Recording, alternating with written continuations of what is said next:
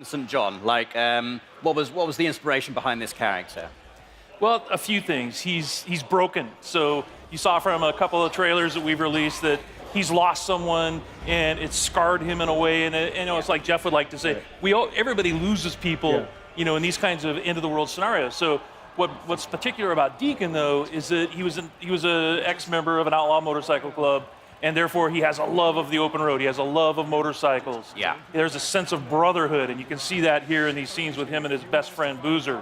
And so it was that combination that really sort of drew us to this particular character. Right, we're going to continue to learn about him as you're playing the game, correct? About him and his backstory and why he is the way he is.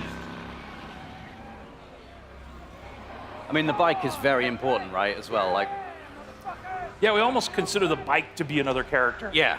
Because you only get one, and you're constantly upgrading it. You're constantly trying to repair it. You need to keep it refueled, and if you lose it, you got to go find it, and you can't whistle for a new one. So You can't whistle. right, like a horse. Yeah, the refueling mechanic is a huge game design choice. I really, really like that. Can you talk more about how important it's going to be to be able to find fuel? Sorry.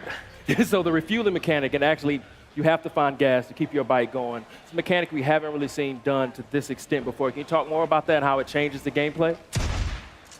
Well, like in this demo, one of the things that Jeff's taking the run and gun approach. So we like to call it sandbox combat. So basically what you can do is you can run and gun, you can stealth your way through, and your goal here is to get and find a bike part, right? So you're here actually for kind of a trivial reason. You've risked your friend's life to come and get a part for your bike. And so that shows a little bit about Deacon's character. But then as you watch Jeff play through this wide linear sequence, he can play it 100 different ways. And if you watch other people play, you'll see that, okay, they didn't take this route. They didn't stop and check the trunk of this police car. And those are kind of like our treasure chests throughout the world. So you're always on the lookout for those because that's how you're going to find ammo and health kits. And then you're seeing one of our stealth mechanics here. If you're quiet, if you crouch walk and you walk up behind an enemy, then you have the opportunity for a stealth takedown. And what can you tell us about the Freakers? Because they're quite unique. I mean, we've seen, a fair few undead enemies in video games before. What makes the Freakers unique, and what was your decision-making behind making them the way they are? They're alive. They're alive. Yeah, they're not zombies, they're alive. And so that sounds trivial, but it's not, because it basically means we have a full day-night cycle in the game. Right. And they have things that they do. There's an ecosystem, and they have to eat, they have to drink, they have to hibernate. And so you will find them, like in this scenario, you'll see that there's some nests, and Freakers build nests for reasons you discover while you're playing the game. And then you can take those nest zones out in order to free up fast travel routes. So it becomes part of the metagame. But Freakers are evolving. They're living creatures who have been affected by this virus, and there's several different types. And some of our trailers you've seen, we've shown the Screamer, which is a female that can have sort of alarm system that will bring in more Freakers. Right. We have the infected bear, so it infects animals. In our last trailer, we showed mountain lion and the crows. Right, so you have so it's just it's a wide variety of challenges for the player. And like we said, the world comes for you, and that's part of it. Is that these creatures are always after you, and at night they're stronger. Yeah. If it starts raining, they become stronger. But I've seen in previous trailers Deacon actually utilizing the Freakers as a weapon against his enemy as well. So you can actually use them to your advantage as well as the environment itself. Yeah, absolutely. We call it the Freakosystem. So in this scenario, there's not a lot of chance for that, but if he were fighting Marauders or Rippers, then he could find a nearby swarm. It's an open world, so you can just explore. You can find other tools like a swarm or a freaker bear, and you could bring them into an enemy camp and watch the sort of mayhem that happens. I guess you've got to be careful, though. You don't get kind of sucked into it. Yeah. I like this gun, you guys. So you have melee combat and you have gun combat. Can you talk about how you designed and balanced for both? It's like so many different scenarios require the player to determine how they want to play it. Right, so that's why we have like this full set of stealth mechanics. We have a full set of weapons that you can upgrade, and in order to do that, you have to go to the human encampment. So there's survivor encampments in the world, the only places in the world where it's safe, and you have to do jobs and missions with them in order to to earn trust. And then once you earn trust, the merchants there will sell you things. Ah, I like that. And then they, it's like, and if you want to upgrade your shotgun, or you want to upgrade, or you want to buy a silencer for it, then you have to have enough trust at that encampment in order to do that. Boozer, you there? I found the part. I'm heading Nope, got the bike part. Rippers! Rippers! No, no, no! Ah! Oh! Ah, shit! He's So not this having is a the, good time. This is the inside of the Crazy Willie's truck stop, and that's one of the other things we wanted to point out is that full open world, but there's a lot of exploration in the game. All of the building interiors are accessible. There's no load times to get in and outside of a building or to go between regions. This is in the Belknap Wilderness, and the whole area is just completely explorable. And then these are the Rippers that I mentioned earlier. So these are one of the cults in the game. Tats are dead symbols of a dead man. Dead symbols of the lost. Get off me! Bitches! Biker man! You must be brought low, biker man. For you are lost, and we are found. Oh yeah, that's gonna hurt.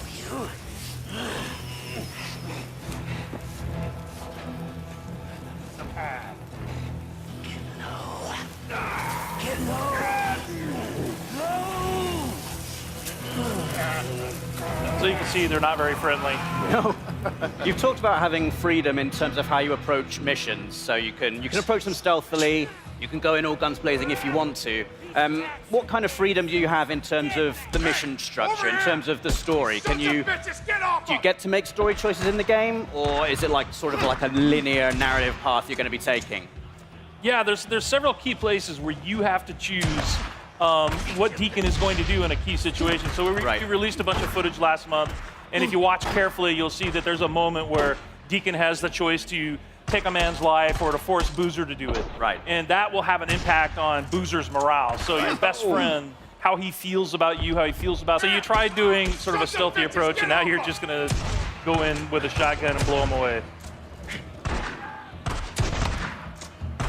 Get that headshot. Or baseball bat, that works. Yeah. Can you tell us anything about what has happened in the world? You know, why are we in this post-apocalyptic situation? Like, are you able to reveal like kind of what has happened, what has led to this transition? Yeah, it's one of those things that we really want the player to sort of learn as they go. So there are answers, Right. but you have to explore.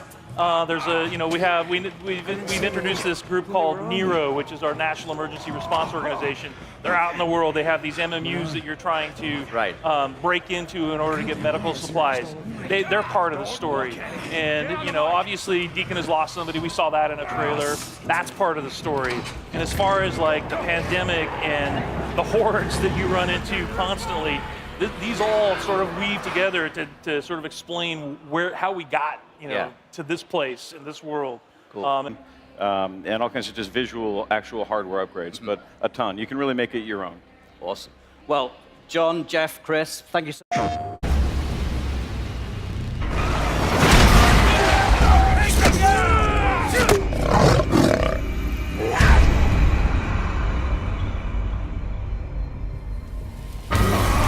Get low! Boozer! Blow him the bag! Low, brother! You or Boozer have a run-in with RIP the last couple of days? Why? One of my men escaped a Ripper camp, got tortured, like they always do.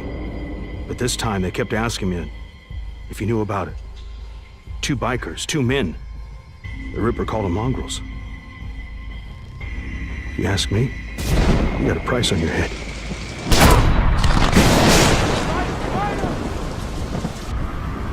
Someone's here. You know, same as me. Anything that happens here is far better than what's going on out there. Get off!